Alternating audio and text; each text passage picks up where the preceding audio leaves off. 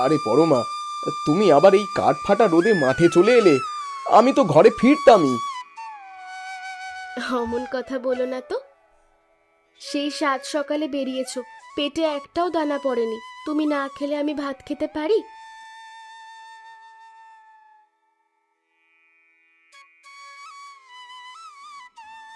বাহ গিন্নি, এ তো দেখি আমার পছন্দের ইলিশ মাছের ঝাল। আজ তাহলে রাজকীয় ভোজ হবে বলো। তুমি খুশি হলেই আমার আনন্দ। আহা পরমা, তোমার হাতের রান্নায় যেন জাদু আছে গো।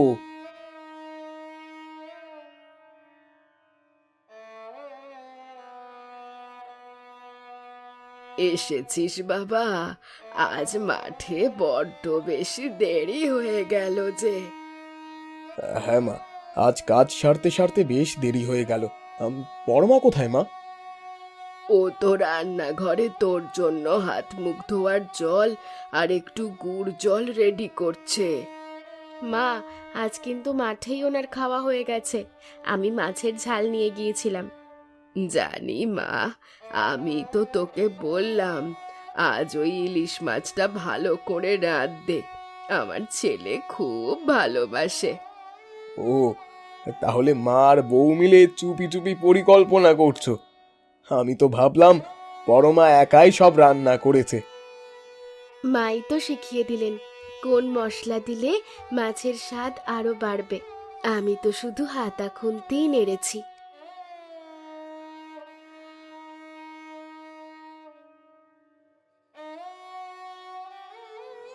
আরে মা, এ কি, তোমার পাতে তো একটাই ছিল, আমায় দিচ্ছ কেন? ওরে পাগল, আমার কি আর খাওয়ার বয়স আছে? তুই খেলেই আমার পেট ভরে যায়। পরমা, তুইও একটু খা মা। না মা, আমি নিয়েছি। আপনি আর উনি মন ভরে খান। আপনি সুস্থ থাকলে আর ওনার মুখে হাসি থাকলে আমাদের ঘরে এমনিই লক্ষ্মী বাঁধা থাকবে। সত্যি মা, টাকা পয়সা হয়তো আমাদের কম আছে, কিন্তু পরমার মতো বউ আর তোমার মতো মা পেয়ে আমি পৃথিবীর সবচেয়ে ধনী মানুষ।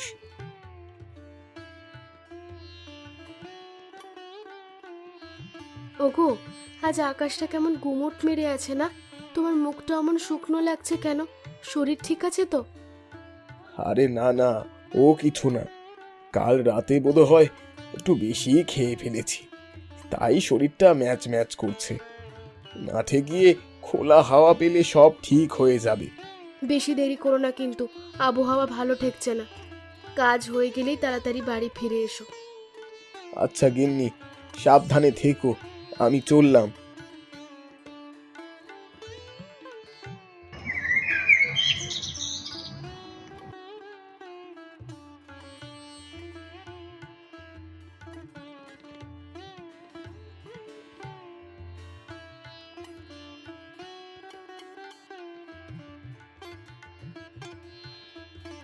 থামো বনরাজ, ও তোমার শিকার নয়। ওকে নিজের কাজ করতে দাও।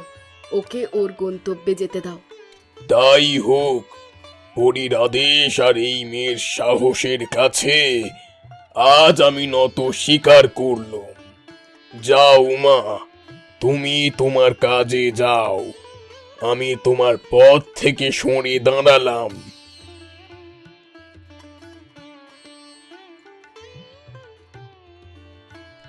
উমা, এবার সাপ! এই পথে কি আমার জন্য শুধু মৃত্যু অপেক্ষা করে আছে? আমি কি সিধুকে বাঁচাতে পারবো না? শান্ত হও নাগরাজ, ওকে পথ দাও। ওর সময় কম, ওর কাজ করতে দাও ওকে।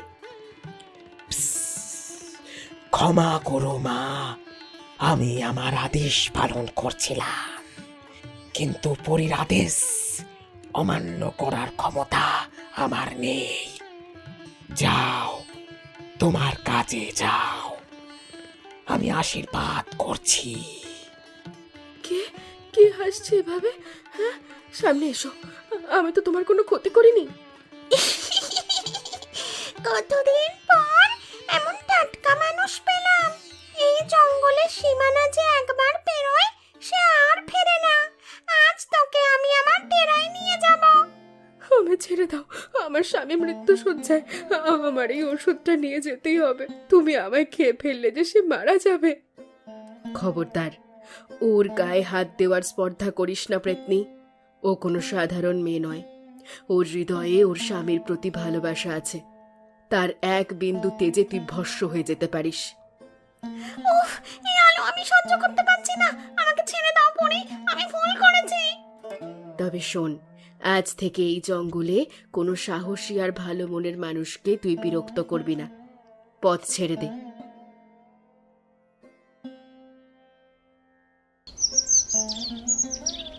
হে ঠাকুর, গ্রাম তো ওই দেখা যাচ্ছে, কিন্তু ওই আগুনের নদী আমি পার হব কি করে? আমার সব পরিশ্রম কি বিফলে যাবে?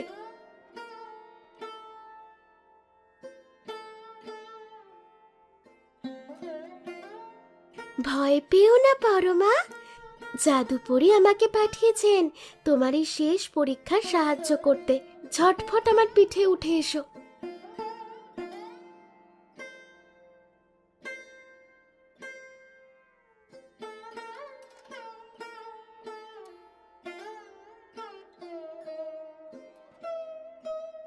এই তো সেই মায়াবী গাছ পরমা।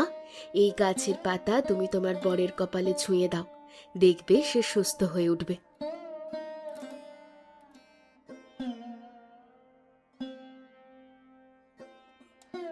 জাদুপরি, আপনি আমার জন্য যা করলেন আমি কখনো ভুলবো না।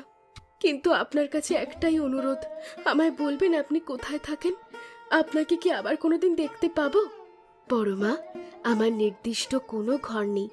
যাদের মন তোমার মতো পবিত্র এবং নিঃস্বার্থভাবে ভালোবাসতে জানে, আমি সব সময় তাদের সাহায্য করার জন্যেই পাশে থাকি।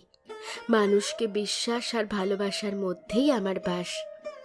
যাও পরমা, বেলা গড়িয়ে রাত হতে চলল। জাদুর পাখি তোমাকে নিমেষের মধ্যে তোমার গ্রাম বীরনগরে পৌঁছে দেবে। তোমার মঙ্গল হোক।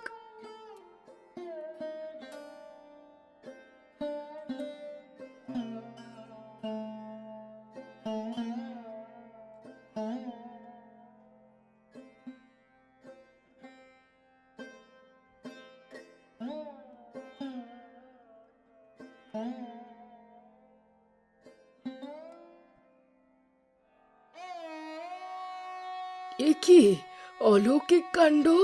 এ তো সাক্ষাৎ ঈশ্বরের কৃপা। পরমা, তুমি কোথায় গিয়েছিলে গো? আর কোথাও যেতে হবে না, আমি তোমার জন্য জমের দুয়ার থেকে ফিরে এসেছি। এ কি, আমি কি আমি কি স্বপ্ন দেখছি?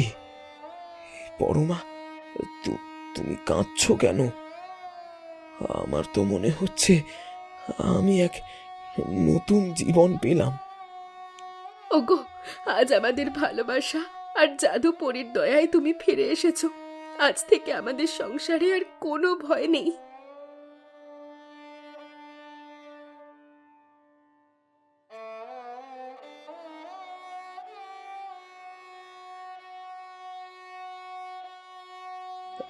মাথাটা বড্ড ঘুরছে। বুকটা বুকটা যেন কেমন করছে। একটু জিরিয়ে নিতে পারলেই।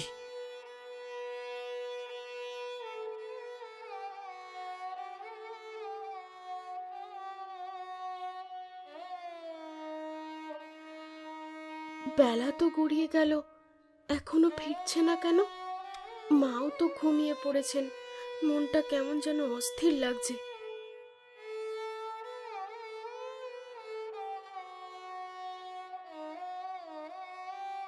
ওমা, এ কি হলো গো? তোমার কি হয়েছে?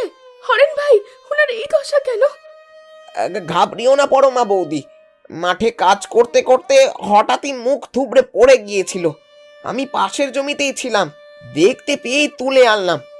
মনে হচ্ছে রোদের তেজে আর খালি পেটে মাথা ঘুরে গেছে। ওরে সিধু, এ কি হলো বাপ আমার? ওরে পরমা, মাথায় পাখা কর। ওরে, কেউ ডাক্তার ডাক। আর তোমরা কেউ ভয় পেও না, আমি এক্ষুনি বৈদ্য মশাইকে খবর দিচ্ছি। পরমা বৌদি, তুমি কপালে জলপট্টি দাও। সিধু শক্ত মানুষ, ঠিক সেরে উঠবে।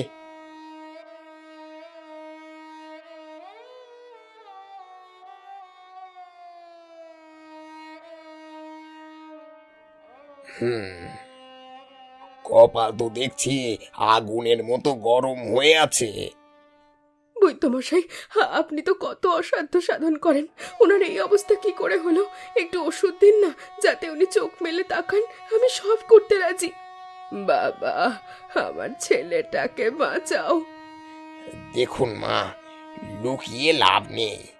সিধুর শরীরে কোনো সাধারণ জ্বর বাসা বাঁধেনি। এটা এক কঠিন মারণ ব্যাধি। এই রোগ সারানো প্রায় অসম্ভব। অসম্ভব? আপনি এ কি বলছেন? আমি আমার সাধ্য মতো ওষুধ দিচ্ছি ঠিকই, কিন্তু বাকিটা ওপরওয়ালার ইচ্ছে।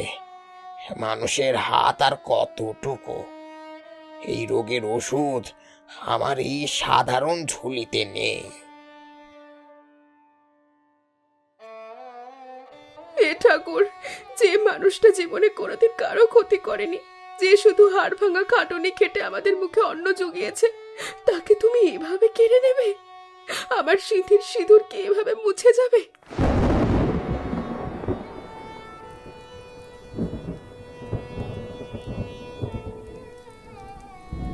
না, বৈদ্যমশাই বললেই তো আর হলো না। আমি তোমাকে এত সহজে কিছুতেই হার মানতে দেব না।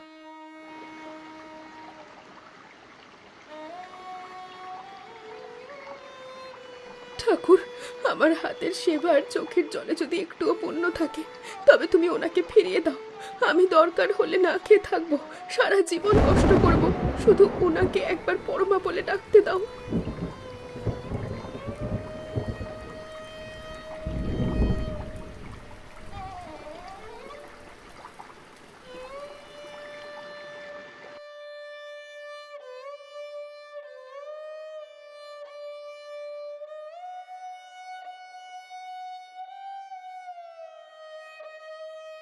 পরমা, তোমার সেবা আর চোখের জল আমাকে এখানে টেনে এনেছে।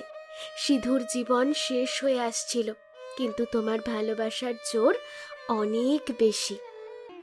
আপনি পরমা, কি মা? তোমার দয়া করে সেবা আমার আর স্বামীকে চোখের বাঁচান। জল বৈদ্যমশাই তো আমাকে হাল এখানে ছেড়ে টেনে দিয়েছেন। এনেছে। সিধুর ধৈর্য জীবন ধরো, শেষ হয়ে পরমা। আসছিল, শোনো, কিন্তু তোমার গ্রাম থেকে ভালোবাসার অনেক জোর দূরে, অনেক দূরের এই কালকুটে জঙ্গলে এক জাদু গাছ আছে।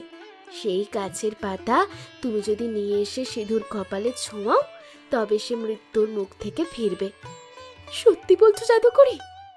কিন্তু মনে রেখো, পথ বড় দুর্গম, অনেক বাধা আসবে তোমার পথে, কিন্তু তোমার বিশ্বাস যদি অটল থাকে, তবেই তুমি সফল হবে। যাও পরমা, আর দেরি করো না।